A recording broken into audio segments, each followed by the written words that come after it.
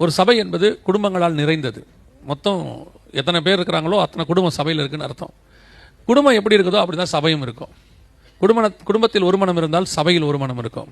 குடும்பத்தில் சந்தோஷம் இருந்தால் சபையில் சந்தோஷம் இருக்கும். நம்ம எப்பவுமே ஆப்போசிட்டாக யோசிப்போம். எப்படி யோசிப்போம்னா, இந்த நாடு ரொம்ப மோசமான கண்டிஷனில் இருக்குது, அதனால தான் நமக்கு பிரச்சனை அப்படிம்பாங்க.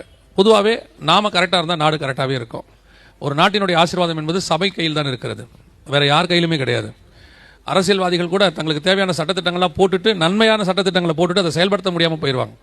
சட்டங்களை போட்டுவிட்டு அதை அவங்களால இம்ப்ளிமெண்ட் பண்ண முடியாமல் போயிடும். ஆனால் ஒரு சபை நினைத்தால் ஒரு உலகம், ஒரு தேசம் ஆசீர்வாதமாக இருக்க அந்த சபையால் முடியும். ஆண்டவர் சொல்லியிருக்கிறார், நீங்கள் ஜெபம் பண்ணீங்கன்னா தேசத்துக்கு நான் என்ன செய்வேன், சேமத்தை வர பண்ணுவேன் என்று சொல்லி. அப்போ ஒரு சபை கையில் தான் எல்லாமே இருக்கிறது. ஆனால் சபை எதோடைய கையில் இருக்கிறதால் குடும்பத்தின் கையில் இருக்கிறது. சபையை நடத்துகிற ஊழியக்காரனுடைய குடும்பமாக இருக்கட்டும், சபையில் இருக்கிற ஒரு விசுவாசியினுடைய குடும்பமாக இருக்கட்டும், அது எப்படி இருக்கிறதோ அப்படித்தான் சபையும் இருக்கும். சபை எப்படி இருக்கிறதோ அப்படித்தான் நாடு இருக்கும். ஆனால் இப்போ இன்னைக்கு நம்ம இந்த காலத்தில் குடும்பத்துக்கு இம்பார்ட்டன்ஸ் இல்லாத காலம் இது. இன்னும் சொல்ல போனால் குடும்பங்களை குறித்து ஒரு முக்கியத்துவமோ அல்லது ஒரு முன்னாடி இருந்தது போலதான ஒரு அன்போ ஐக்கியமோ இப்பொழுது குடும்பங்களில் கிடையாது. அதாவது குடும்பம் என்பதே இப்போ எப்படி ஆயிடுச்சு அப்படின்னா, கல்யாணம் பண்ணுற வரைக்கும் பண்ணணும் அப்படிங்கிற எண்ணம் இருக்குது, பண்ண பிறகு ஏன்டா பண்ணணுங்கிற எண்ணம் இருக்குது. இன்னைக்கு பெரும்பாலானவங்க கேட்டிங்கன்னா அதான், அதாவது சந்தோஷமாய் வாழ்வதற்கு தான் கர்த்தர் குடும்பத்தை ஏற்படுத்தினார். இப்போ 100க்கு 90 பேர் வாழ்ந்தா போதும்னு இருக்கிறான்.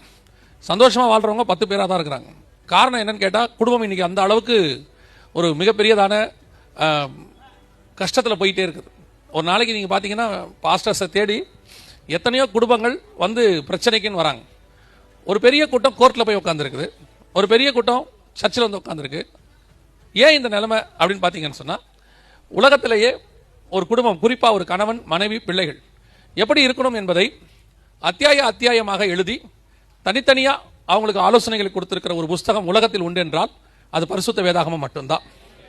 இந்த புக்கில் தான் கரெக்டாக ஒரு கணவன் எப்படி இருக்கணும், மனைவி எப்படி இருக்கணும், பிள்ளைகள் எப்படி இருக்கணும், எல்லாத்தையும் எழுதி கொடுத்திருக்கிறார் ஆண்டவர்.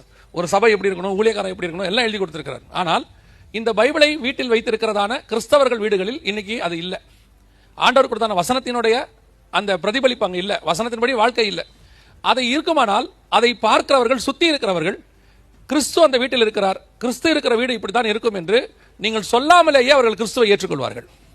சுவிசேஷம் அறிவிப்பதற்கு பதிலாக நாமே சுவிசேஷமாய் மாறிட்டோம்னா ரொம்ப ஈஸி. இதை வசனத்தில் சொல்லணும்னா பவுல் சொல்றாரு, நீங்களே எங்களுடைய நிருபங்களாக இருக்கிற லெட்டர்ஸாக இருக்கிறீங்கன்னு சொல்றாரு. நாம தான் அவருடைய லெட்டர்ஸ். நம்மளை பார்க்கிறவர்கள் தான் கிறிஸ்துவை பார்க்க முடியும். இன்னைக்கு நாம கிறிஸ்தவர்களாக இருக்கிறோம், கிறிஸ்துவை உடையவர்களாக இருக்கிறோமான்றதுதான் கேள்வியே.